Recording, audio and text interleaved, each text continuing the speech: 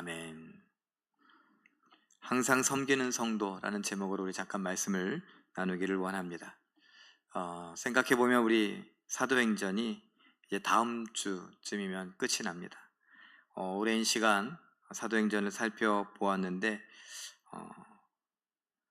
여러분들 머릿속에 무엇이 기억에 날지 모릅니다. 바라기는 다른 건 다 몰라도 성령이 우리 안에 계시니 이 복음을 전하는 일에 우리가 조금 더 힘을 써야겠다라는 생각을 좀 갖고 살 수 있었으면 좋겠습니다. 사도행전의 흐름을 한번 그림으로 정리해 본 것을 다시 한번 살펴보죠. 1장에서 8장까지는 예루살렘 중심으로 베드로가 복음을 전합니다. 그리고 9장에서 12장까지 베드로와 바울이 이제 유대 땅을 넘어가는 복음의 그런 행진을 준비하는 그런 과도기적인 장면이며, 13장에서 28장까지는 안디옥을 중심으로 한 바울의 복음 증거, 복음 전파, 선교 여행이 기록되어져 있습니다. 그러면 그 뒷부분 13장에서 28장까지만 놓고 본다면 바울의 전도 여행이 세 차례에 걸쳐 있었는데 그것은 13장에서 21장까지 기록하고 있습니다. 1차는 13, 14장에서, 2차는 16에서 18장 앞부분, 그리고 3차는 18장 뒷부분에서 마지막 부분에서 21장 앞부분까지, 그리고 나머지는 사도행전 22장에서 28장까지는 꿈에도 그리던 로마로 가는 여정을 기록하고 있습니다. 예루살렘, 가이사랴, 그리고 배에 올라서 로마로 가는 그런 항해, 그리고 로마에 도착하는 것까지 기록되어져 있습니다. 그러면 예루살렘에서 로마로 가는 과정 속에 그것을 또 다시 한번 그림으로 표현하면 이렇게 표현할 수가 있습니다.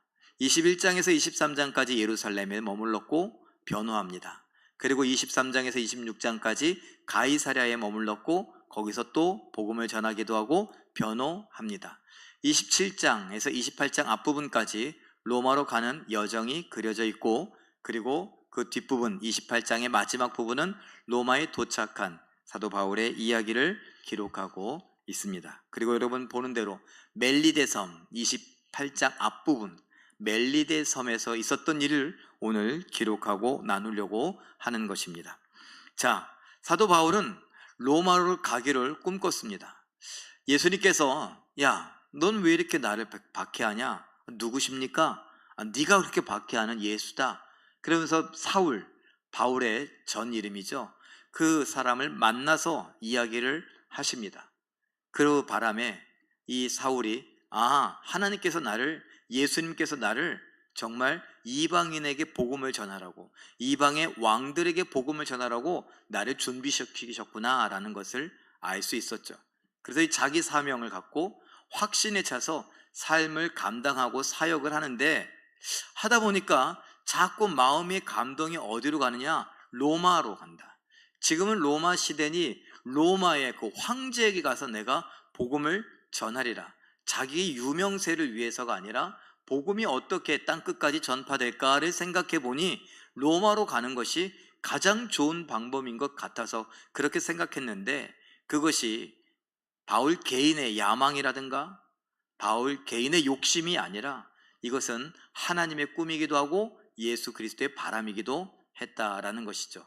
그것과 관련하여 성경 구절을 근거해서 한번 찾아보면 이렇게 볼 수 있습니다. 사도행전 19장 21절 읽어보죠. 시작. 로마도 보아야 하리라 바울이 말합니다. 23장 11절도 읽어봅니다. 시작. 로마에서도 증언해야 하리라. 이것은 예수님께서 하시는 말씀입니다. 또 27장 24절도 읽어봅니다. 시작. 가이사 앞에 서야 하리라. 가이사는 어디에 있어요? 로마에 있어요. 가이사는 누구예요? 황제예요. 황제는 로마에 있죠. 그럼 로마에 가서 황제를 만나야 하리라 예수님께서 말씀하시는 겁니다. 이런 것들을 근거로 해서 사도 바울은 난 로마에 가야 합니다. 나는 반드시 로마에 가게 될 것입니다. 이런 확신을 갖고 살았다는 것입니다. 비전과 관련해서 이제 내일 모레 주일 오후에도 잠깐 생각할 터인데, 여러분의 꿈이나 여러분의 비전은 무엇입니까? 개인적인 욕심 말고 야망 말고 하나님이 나에게 주셨다고 하는 꿈, 흔히 요셉, 꿈쟁이 요셉의 이야기를 하면서 꿈 이야기 하잖아요. 여러분의 꿈, 하나님이 주신 꿈, 그 비전은 무엇입니까? 아유, 내가 나이 들었는데 무슨. 아니요. 나이와 상관없이 하나님께서 주신 그 꿈은 죽을 때까지, 우리가 그 사명을 감당할 때까지 사명이 우리 앞에 있는 거예요. 하나님과 나 사이엔 무엇밖에 없어요? 우리가 해야 할 사명밖에 없어요. 예수 그리스도를 닮아가는 그 성품 속에서 나는 어떻게 하나님의 꿈을, 하나님의 비전을 이루며 살 수 있을까? 이런 것들을 생각하며 살아야 하는데, 여러분은 어떻습니까? 바울은요, 난 로마로 가야 하리라, 로마에 가서 황제에게 복음을 전해야 된다, 이런 꿈을, 이런 포부를, 또는 이런 비전을 갖고 있었습니다. 그리고 이것과 관련해서 예루살렘에서 어떻게 그가 로마로까지 가고 있는가 지도를 보고 살펴보면 이렇게 할 수 있습니다. 그는 지금 멜리데 섬에 있죠. 28장 1절 멜리데 섬에 가게 되는데, 그 전까지 유라굴로라고 하는 광풍이다. 광풍이다 그러면 폭풍이라고 하는데, 일부러 광풍이라고 쓴 것은 미친 바람이라는 거예요. 정말 무섭고 사나운 미친 바람이라 불리는 이 유라굴로라는 그런 태풍이 이 배를 15일 동안이나 집어삼키려고 했습니다. 그리고 멜리데 섬에 간신히 이렇게 상륙하게 되죠. 그 과정을 한번 보면 사도행전 다음 그림으로 보면 27장 14절에서 44절까지 유라굴로라고 하는 광풍이 14일간 크게 일어나고 15일째 구원받는 것을 우리가 볼 수 있는데, 27장 22절에 보면 그 광풍이 어땠는가, 이렇게 그 광풍 속에서 이야기합니다. 읽어보죠. 시작. 아무도 생명에는 아무런 손상이 없으리라. 사도 바울이 지난밤에 주의 사자가 나에게 와서, 주의 사자가 왔다는 건 주께서 말씀하셨다, 내가 그 약속하신 것을, 그 말씀하신 것을 이룰 줄 나는 확신하는데 여러분들도 믿으십시오. 우리는 생명에 지장이 없을 겁니다. 안심하고 먹을 것도 먹고 이제 내일 살 것을 한번 계획해 봅시다, 이런 이야기를 하죠. 그리고 어떻게 됐습니까? 27장 가장 마지막 절인 44절 읽어봅니다. 시작. 마침내 사람들이 다 상륙하여 구조되니라. 말씀대로 됐고 사도 바울의 확신대로 됐습니다. 그리고 그 사도 바울의 확신의 말, 안심하라 라고 한 그 말을 들었던 그 모든 사람들이 다 그 말대로 되는 것을 보았습니다. 그리고 이제 멜리데 섬에서 있었던 일을 간단하게 정리하면 이렇게 정리할 수 있죠. 사도행전 28장 2절 읽어봅니다. 시작. 원주민들이 특별한 동정으로 불을 피우고 일행을 다 영접함. 불을 피웠다. 여러분, 유라굴로라고 하는 이 풍랑이 며칠째 있었다고요? 14일 있고 15일째 구원받았으니까 15일째 계속 비가 왔습니다. 그럼 이 사람들 몸은 어떻게 됐어요? 그냥 흠뻑 젖었죠. 그럼 바다에서 바닷물이나 또는 빗물에 흠뻑 젖으면은 여러분 뭐가 걸릴 수 있어요? 오랜 시간 그러면은 저체온증에 걸릴 수 있어요. 체온이 떨어져서 이 몸이 힘들 수 있단 말이에요. 그때 제일 필요한 게 뭐예요? 불을 피우는 거죠. 따뜻하게 하는 거. 다 젖었는데 자기들끼리 어떻게 할 수가 없어요. 그런데 이 멜리데 섬 사람들이 그들에게 불을 피워주고 그들을 영접했다라는 것입니다. 근데 이거 사실 쉬운 일은 아니에요. 왜? 그들이 누군 줄 알고. 거기엔 누가 타고 있어요? 백부장이 타고 있어요. 또 백부장이면 누가 타고 있어요? 군인들이 타고 있다고요. 그런데 로마 시대에 군인들이 타고 있던 배에서 군인들이 내렸는데 이 군인들을 환영한다? 뭐 무서워서 그럴 수도 있겠지만 사실은 그 쉬운 일이 아닙니다. 이 사람들이 우리를 공격하면 어떻게 돼요? 늘 전쟁이 있는데. 그런 것들을 감안해 본다면 쉬운 일은 아니었을 것이다. 어쩌면 이것도 하나님께서 그들의 마음에 감동을 시켜서 이 물에 빠져서 정말 죽다 살아나는 이 사람들을 영접하라고 섬 사람들을 감동시킨 것이 아닌가, 이렇게 생각할 필요도 있습니다. 자, 그 다음에 불을 피웠는데 그 불 속에서 28장 3절에 이런 기록이 있습니다. 읽어보죠. 시작. 장작에서 독사가 나와 바울의 손을 물고 있어. 이렇게 꽉 물고서 놓은 게 아니라 물고 매달려 있는 거예요. 이것을 사람들이 봅니다. 이 28장 4절 읽어보죠. 시작. 원주민들이 이 장면을 보고 그는 죽어야 할 살인자라고 함. 예, 바다에서 살았지만 그 바울은 뭐예요? 무슨 옷을 입고 있어요 지금? 죄수의 옷. 그 몸은 딱 죄인이라는 걸 알고 있다고요. 그런데 그가 살았단 말이에요. 정말 하나님이 도왔다, 뭐 신이 도왔다 이런 말을 할 수 있겠는데, 그런데 독사가 지금 물고서 안 놔. 그런 상황을 보고 있어요. 그러니 사람들이 할 수 있는 말은 뭐예요? 바다 풍랑에서 유라굴로라고 하는 그 광풍 속에서 이 사람은 살아남았지만 이 사람은 죽어 마땅한 사람이다. 그래서 신이 저 사람을 죽이려고 독사가 물고 있게 한다라는 거죠. 그런데 바울이 그 독사를 떨어버리고 가만히 있어요. 사람들도요, 숨 죽이고 봅니다. 그 사람이 어떻게 될 줄 알고요? 이 사람이 갑자기 죽을 줄 알고. 왜? 독이 퍼지니까. 죽어야 되는데 안 죽어요. 우리 사도행전 28장 5절에서 6절 읽어보죠. 시작. 바울이 그 짐승을 불에 떨어버리매 조금도 상함이 없더라. 그들은 그가 붙든지 혹은 갑자기 쓰러져 죽을 줄로 기다렸다가 오래 기다려도 그에게 아무 이상이 없음을 보고 돌이켜 생각하여 말하되 그를 신이라 하더라. 신의 저주를 받았다고 하더니 이제 금방 또 마음이 바뀌어서 이 사람이 신이다. 이게 사람들이에요. 이랬다 저랬다. 특별히 신과 관련해서도 우리들도 그러죠. 하나님의 뜻이라 그러면서 이쪽으로 갔다가 여기가 아닌가 봐. 그러면 내가 잘못 알았다 그러면 되는데 하나님의 뜻이 또 바뀌었대. 그래서 또 이쪽으로. 자기 생각이지 그게 하나님의 뜻입니까? 우리는 이랬다 저랬다 해요. 지금 보이잖아요. 뭐라고요? 신의 저주를 받아서 이 사람은 반드시 죽을 사람이라고. 바다에서 살아남았지만 독사가 물어 죽이는 거 보면 이 사람은 반드시 죽어야 될 사람이라고 그러더니 신이 그 사람을 가만 안 놔둔다 그러더니 나중에는 이 사람이 신이라고. 이런 게 어디 있어요? 이게 세상 사람들이에요. 자, 어쨌든 이런 장면이 있습니다. 제가 이름을 붙여봤어요. 멜리데 섬에서의 독사 에피소드라고. 독사 때문에 일어났던 소란이에요. 이야기예요. 그 이후에 이야기는 어떻게 되느냐? 그냥 로마로 가게 되는데 간단하게 제가 또 그림으로 정리해 봤어요. 사도행전 28장 11절에 보면 멜리데 섬에서 3개월을 지냈습니다. 거기에 사람들이 몸을 다 추스리기도 하고 배도 이렇게 다시 다 정비했겠죠.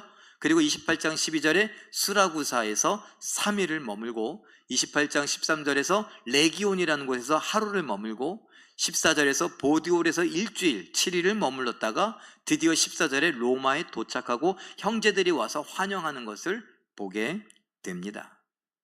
이것이 로마로 가는 항해. 드디어 어떻게 했어요? 로마에 도착하는 것이죠.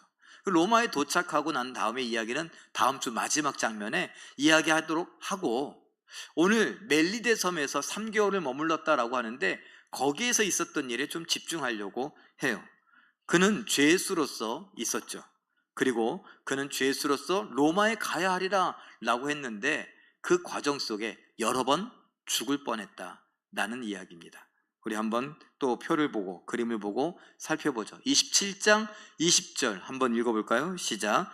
유로굴로라는 광풍으로 인해 구원의 여망마저 없어짐.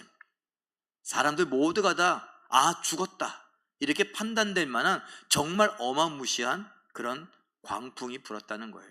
요번에 태풍이 올라온다. 그래서 정말 이런 일이 없는데 내륙으로 관통한다. 그래서 막 초긴장을 하고 정말 전문가들도 이런 일은 없는데 어떻게 이런 일이 있을 수 있지? 막 이러면서 긴장했어요. 근데 그것은 저 아래 바닷가 또 그리고 좀 그 바다가에서 떨어지지 않은 중부 지역에는 큰 피해를 줬지만 이 서울 인쪽에 와서는 세력이 약해져서 그냥 비만 좀 뿌린 정도 이렇게 됐죠. 저 아래쪽은 너무나 고통이 심했어요. 힘들었어요. 우리가 알고 있는 많은 태풍들이 힘들게 하고 이재민들을 많이 그리고 또 많은 손해를 끼치기도 하죠. 그런데 이 유라굴로라고 하는 광풍 속에 배가 있었고 이 배는 어떻게 된다고요? 지금 부서지기 직전이에요. 다 버렸습니다. 그리고 이제 간신히 떠 있는데 사람들이 어떻게 해요? 살기를 포기했어요. 그래서 뭐라고 그랬습니까? 구원의 여망마저 없다. 그런 말을 합니다. 이 사람들 속에 누가 있는 거예요? 바울이 있죠. 그러면 이 유라굴로라고 하는 이 광풍이 바울을 지금 어떻게 하려고 해요? 죽이려고 해요. 어디를 못 가게 하려고 그래요? 로마로 못 가게 하려고 하고 있습니다. 근데 이것이 전부가 아니에요. 다음도 보죠. 27장 42절 읽어봅니다. 시작. 군인들이 죄수가 헤엄쳐 도망할까 하여 죽이고자 함. 죄수를 죽인대요. 그러면 그 죄수 속에 누가 있어요? 바울이 있어요. 여러분, 군인들이 왜 죽일까요? 군인들은 죄수를 수송해야 돼요. 그런데 이들이 사고로 죽으면 어쩔 수 없어요. 그런데 이 사람들이 도망을 쳤다, 죄수를 놓쳤다 그러면 그 놓친 것에 대한 책임을 이 군인들이 물어야 되거든요. 심한 경우에는 자기 목숨을 걸고 바꿔야 돼요. 그러니 무섭잖아요.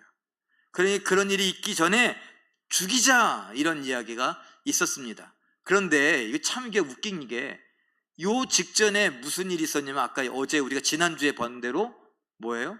사도 바울이 안심하십시오, 하나님께서 나를 황제에게 보내신다고 했습니다. 그러고서 당신들도 상하지 않을 겁니다. 하나님이 내게 당신들을 줬다고 했으니 나도 살고 당신들도 살 테니까 안심하십시오. 그리고 뭐 하라고요? 밥 먹자고. 그래서 사람들이 다 밥을 먹었어요. 그리고 나머지는 이제 버렸습니다. 완전히 다 버렸어요. 그런데 그렇게 말했던 사도 바울을 죄수였기 때문에 죽이자고 하고 있는 거예요. 이게 사람들과 얽혀 있는 관계, 그리고 자기의 입장이라고 하니까 이렇게 무서워요. 사도 바울 때문에 지금 살 소망이 생겼어요. 그런데 그 사도 바울 때문에 얻었던 힘을, 위로를 지금 어떻게 하면서 내가 죽을지 모르니까 이 사람을 죽여버리자 라고 하는 데까지 갔다는 거예요. 그럼 여기서 죽임을 당하면 어떻게 돼요? 로마로 갈 수 있어요, 없어요? 못 가죠. 유라굴로라는 광풍이 이 바울을 죽이려고 하더니 이제는 마지막 14일째, 이제 15일이 돼가는 그 마지막 순간에 어떻게 구조되기 직전에 누가 죽이자 그래요? 군인들이 죽이자고. 그 15일날, 15일째 되는 그날 상륙하기 직전에 다 죽이자. 근데 백부장이, 그 다음 절에 보니 백부장이 바울을 살리기 위해 그러지 못하게 합니다. 그리고 28장 3절 4절 읽어보죠. 시작. 독사가 바울의 손을 물어 붓거나 쓰러져 죽을 처지가 됨. 여러분, 독사를 모릅니까? 우리는 잘 몰라요. 뭐 그냥 어떻게 가다 보면은 버섯이 난다. 근데 버섯도 이거 예쁘게 생겼다. 그럼 또 무슨 버섯이래요? 독버섯이래요. 또 이렇게 가다가 개구리가 있어. 개구리도 야, 이거 알록달록하니 예쁜데. 그런데 그것도 무슨 개구리래요? 독개구리래요. 잘 몰라요. 독사가 어떤 게 독사인지, 뱀이 어떤 게 독이 있는지 없는지 우리는, 소위 이 뱀을 잡고 뭐 제일 그런 누구라 그래? 그런 직업을 갖고 있는 사람? 무슨 꾼? 사기꾼? 땅꾼이라고 하잖아요. 땅꾼, 땅에 있는 그 뱀들을 잡는데 전문가만 보면, 아, 이건 머리 모양을 보고, 아니면 이 모양을 보고, 아니면 길이나 아니면 생김새, 색깔, 이런 걸 보고 이게 독사인지 아닌지 알죠. 그런데 지금 물렸습니다. 그래서 성경은 독사라고 말했습니다. 그런데 바울은 독사인지 알까요, 모를까요? 모를 수 있습니다. 그런데 이 장면을 보고 있던 사람들은 압니까, 모릅니까? 알더라고요. 저건 독사다 이거예요. 그 독사한테 물리면 어떻게 돼요? 일단 부어올라요. 그리고 어떻게 해요? 열이 막, 땀이 막 나고 막 열이 나고 쓰러져서 발작을 일으키다가 죽는단 말이에요.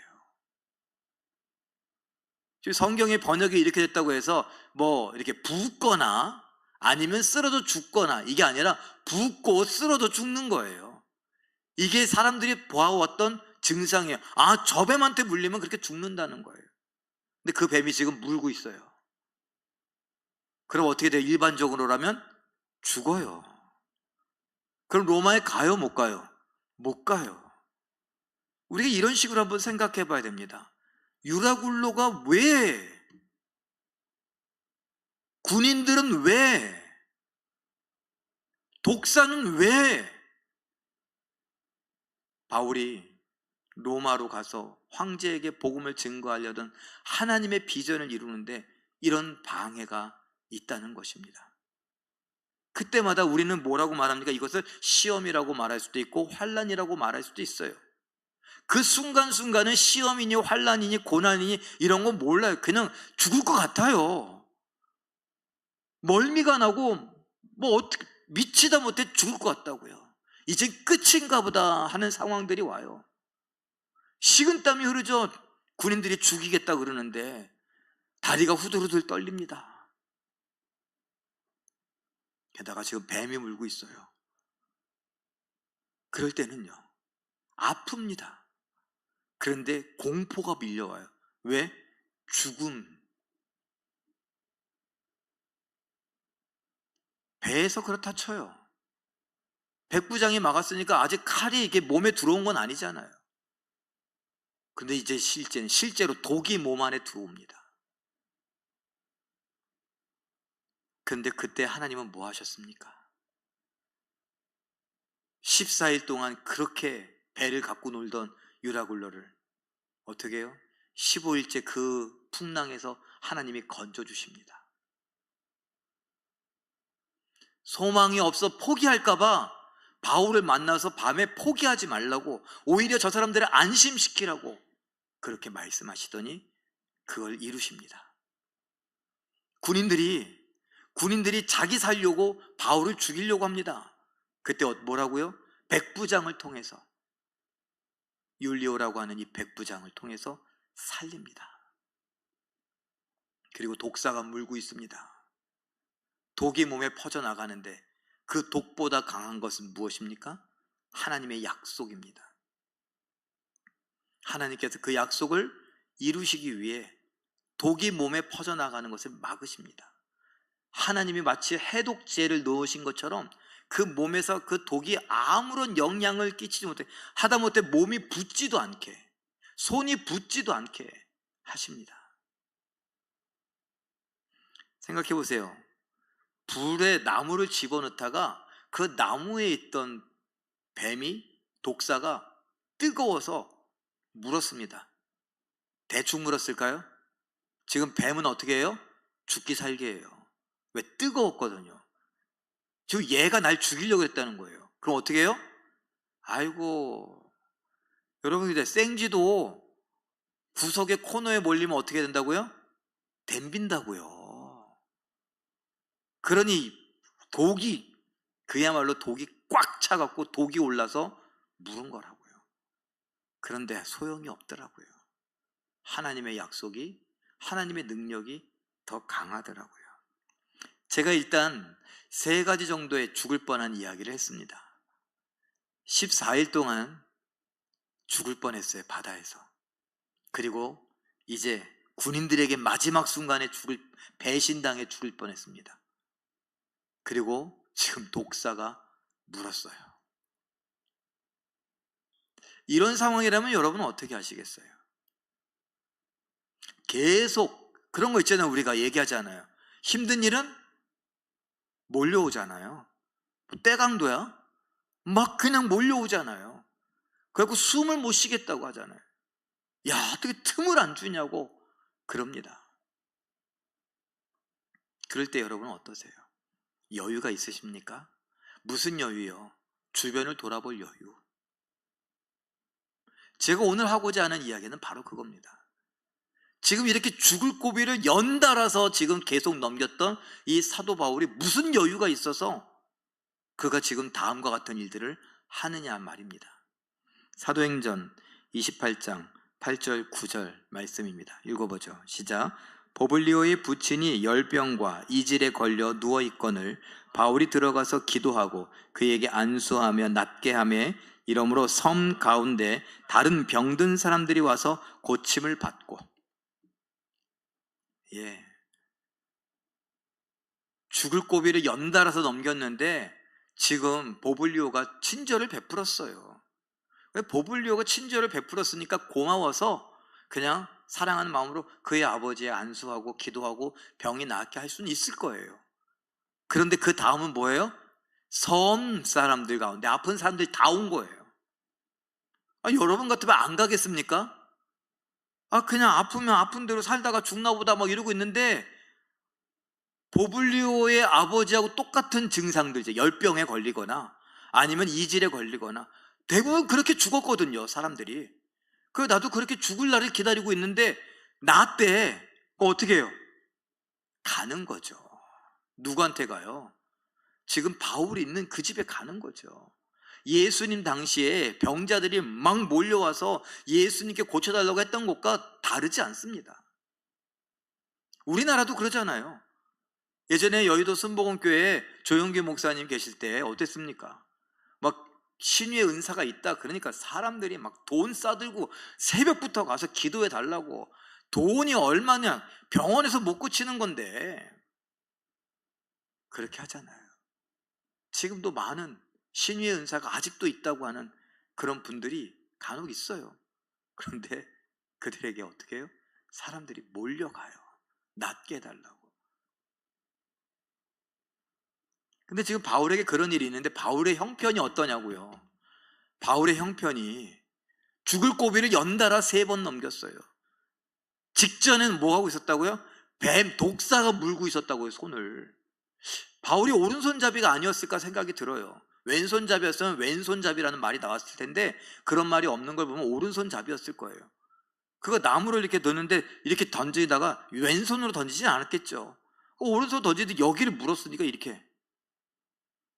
보통 그럼 오른손잡이가 안수기도 한다 그러면 어떤 손으로 해요?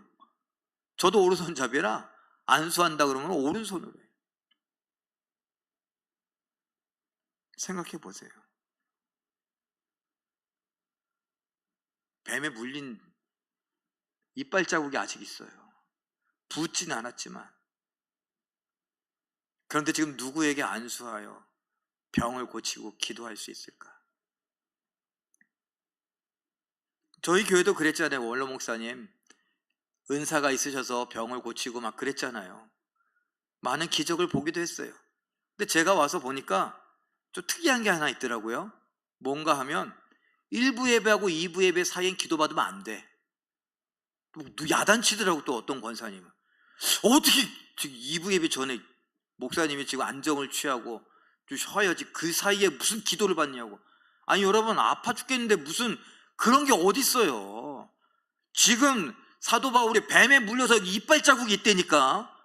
그런데 좀 쉬었다가 내일 하자고. 사람들이 그래요? 내가 지금 죽게 생겼는데. 군인들은 왜 죽이려고 그랬어요? 생명의 은인인데 그 사람이 왜 죽이려고 그랬어요? 내가 죽게 생겼거든요. 없어요. 그런데 우리 교회도 그랬단 말이에요. 2부 예배 전에 기도 받으면 안 된다고요. 마치 이렇게 기운이 이렇게 치료하는 기운이 나가고 난 다음에는 기운이 빠져갖고 설교를 못 하실까? 무슨 생각이었는지 잘 모르겠어요. 근데 사도 바울이었으면 그랬을까요? 성경대로 하자고요. 우리 교회도 성경대로 꽤 한다고 했는데 왜 성경대로 안 하는 것들이 있냐고요. 사도 바울, 제가 뭐라 그랬어요? 뱀에게 이빨 자국이 있는데도 독이 어디로 가는지 그건 중요하지 않아요. 지금 아프다 그러니까 막 기도해주고 같이 하나님 치료해달라고 막 그러고 있는 거예요. 자기는 어땠는데 죽을 고비를 지금 연달아 3번 넘겼는데, 나 충격받았다고. 이거 아니라고. 나 좀 쉬었다가 지금 트라우마 없어요 여러분? 나 트라우마 생겼어요. 자라보고 놀란 가서 소뚜껑 보고 놀란다고. 난 지금 여러분이 손만 뻗어도 이게 뱀같이 보여. 나 안 되겠어요. 그러고서 누웠다 오겠다고. 이럴 수 있는 거 아니겠냐고요. 이런 양심도 없는 사람들, 내가 지금 죽을 고비를 넘겼는데 지금 기도해달라고 이게 말이나 되냐고. 근데 바울에게 중요한 건 뭡니까? 여러분 한번 대답해 보세요. 바울에게 제일 중요한 건 뭡니까? 로마로 가는 겁니까? 그렇다고 대답할 수도 있겠죠. 아니에요. 로마는 왜 갑니까?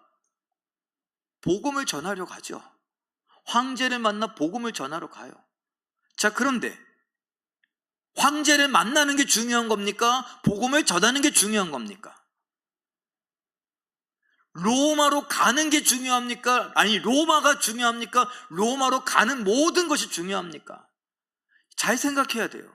오늘이 모여서 내일이 되고 내 인생이 되고 그러는 거지, 오늘은 모르겠다 그러고서 나는 무조건 로마로 가야 된다고, 로마에 가서 황제만 만나면 된다고.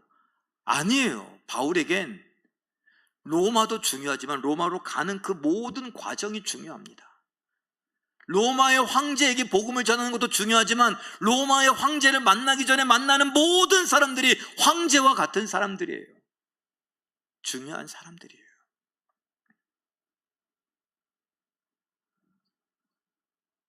이 중에 신학생이 한 명 있네요.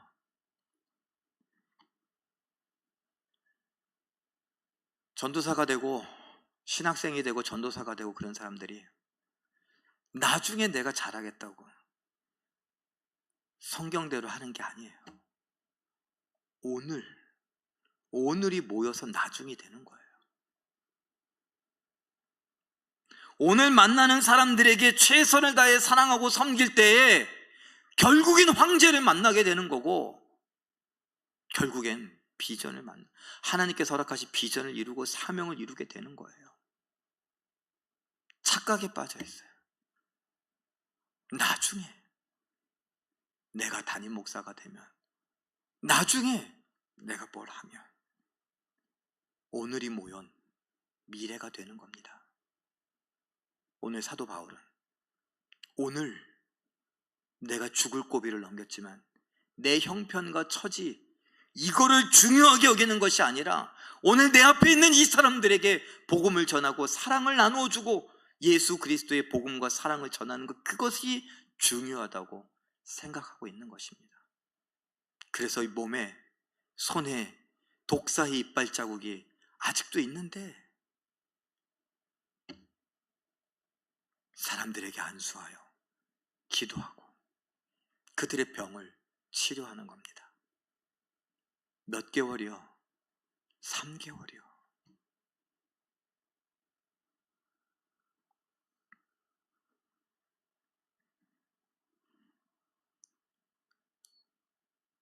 유라굴라 광풍도, 로마의 군인들도, 그리고 독사도 마치 사도 바울을 향하여 넌 못 가! 외치는 것처럼 보입니다. 근데 사도 바울은 그 먼 로마의 황제만 꿈꾸고 있는 것이 아니라 오늘 이곳에서 내 앞에 있는 사람들에게 사랑을 베풀며 복음을 전하며 그들을 섬기고 있습니다. 예수님은 말씀하십니다. 요한복음 13장 34절 읽어보죠. 시작. 새 계명을 너희에게 주노니 서로 사랑하라. 내가 너희를 사랑한 것 같이 너희도 서로 사랑하라. 만나는 모든 사람들을 사랑하기 위해 사도 바울은 항상 섬기는 자세를, 태도를 갖고 있었습니다. 베드로전서 1장 22절, 성도인 나는 어떻게 해야 될까요? 한번 읽어볼까요? 시작. 너희가 진리를 순종함으로 너희 영혼을 깨끗하게 하여 거짓이 없이 형제를 사랑하기에 이르렀으니 마음으로부터 깊이 뜨겁게 서로 사랑하라. 마음으로 뜨겁게 서로 사랑하라. 바울식으로 말하면 기회가 있든지 없든지 복음을 전하는데, 복음만 전하고 끝이 아니라 그들이 사랑해야 복음이 들어가죠. 사랑으로 지옥에 가는 것이 너무나 안타까운 마음이 들어야 사랑으로 복음을 전해야 그 복음이 들어가죠. 사람이 괜히 사람입니까?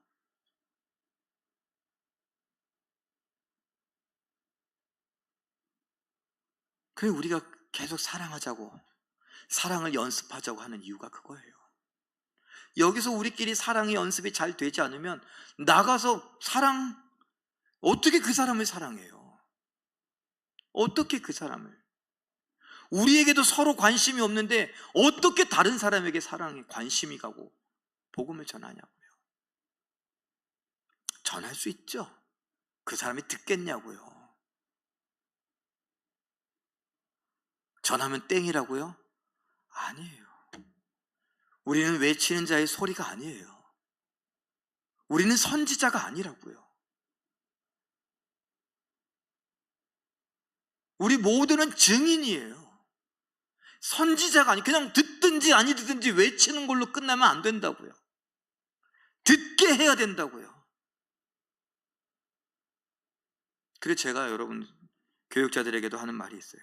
가장 제일 잘하는 설교자는 유치원생이 들어도 알아들을 만한 설교라는 거예요. 제일 잘하는 설교입니다. 회중에 또 학생들 이제 사춘기에 들어간 막 중2병 이런 애들은 막 이러고 앉아갖고 있다가 유치하다고 그럴 수 있어요. 그런데 걔가 유치합니까? 제가 유치합니까? 저는 설교학 박사학위 받았어요. 아, 이 자식 너하고 나하고 한번 해볼까? 얼마든지 제가 더 잘 알아요. 그런데 왜요? 유치원짜리가 알아들어야죠. 중2병이라고 그냥. 감사하게도 우리 교회는 중2가 없어요. 감사해야 될 일인지 모르겠지만 여러분 그래요.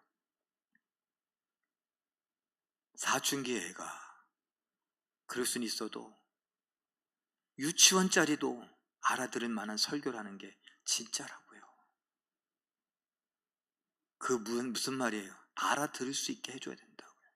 알아들을 수 있는 말을 해줘야 된다고요. 그리고 뭐가 있어야 돼요? 밑바닥엔 사랑이 있어야 돼요. 사랑이 흘러가야 말하는 게 뭔지 관심을 기울이고 듣죠. 우리는 선지자가 아니에요. 선지자들 선지서에 뭐라 그래요? 하나님께서 저들이 듣든지 아니 듣든지 외쳐라. 그런 것만 또 기억해갖고 듣든지 아니 듣든지 예수천당 불신족 이것만 외치고 다니면 되는 걸로 아니라고요. 우린 증인이에요. 예수님에 대해서 이야기해 줘야 돼요. 예수님의 뭐에 대해서, 예수님이 사랑하는데 내가 사랑하지 않으면서 사랑 얘기를 어떻게 하냐고요. 그러니까 이 연사 여러분들에게 강력하게 서로 사랑하자고 외치는 겁니다. 빌립보서 2장 3절 4절 말씀 현대어 성경 번역을 읽어보죠. 시작. 자기 본의가 되거나 남에게 과장된 행동을 하지 말고 겸손하게 남을 존중해 주십시오. 자기 이익만을 추구하지 말고 남에게도 눈을 돌려 그들이 하는 일에 관심을 가지십시오. 남의 이익도 생각하십시오. 그 아래 거는 현대인의 성경 번역이에요. 나 돋보이려고 살지 말고 다른 사람들에게 관심을 가지래요. 이것이 겸손이래요. 이것이 예수님의 마음이래요. 남에게 눈을 돌려 그들이 하는 일에 관심을 가지래. 사도 바울이 그거 한 거예요. 나는 독사에 물렸어요. 며칠 동안 14일 동안 막 풍랑 속에 있어도 몸이 흠뻑 젖고 몸이 막 버들버들 떨린다고요. 여러분들 수영장에 가보신 기억 있어요? 내과에 가보신 기억 있어요? 조금만 더 오래 있으면 막 입술이 펄해지시는 분들 있잖아요. 요번에 성경학교 때도 애들 막 신나게 막 몇 시간을 놀더니 다 병났어 애들 그냥. 떨리는 거 이게 막 추우니까. 놀다가도 그런데 죽기 살기로 간신히 그랬던 사람들, 사도 바울이 안 떨렸겠냐고요. 사도 바울의 입술은 안 파랬겠냐고요. 그런데 그런 걸 따지는 게 아니라 이 죽어가는 사람이 불쌍한 거예요. 눈을 돌려 내 안위가 아닌 다른 사람들에게 관심을 갖는 거예요. 그래서 어떻게 해요? 그들의 이익을 생각하고 그들을 섬기는 거예요. 이것이 예수님의 마음이었어요. 너희 안에 이 마음을 품으라 곧 그리스도 예수의 마음이니.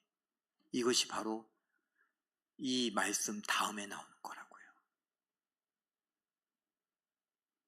우리도 오늘 말씀을 잘 생각해 보며 항상 섬기겠노라고 대접받고 대장 노릇하고 막 시키고 부리는 거, 그건 누구나 할 수 있어요. 특별히 예수 안 믿는 사람 그럴 수 있어요. 그러나 예수 믿는 사람, 특별히 교역자들, 장로님들, 권사님들, 안수집사님들, 직분을 받았다 하는 분들이, 그리고 교회를 오래 다녔다 하는 분들이 더 잘 섬겨서 나를 낮추고 다른 사람들에게 관심을 갖고 돌아보고 손잡아주고 위로하고 격려할 수 있는 우리 모두가 되시기를 예수님의 이름으로 축원합니다.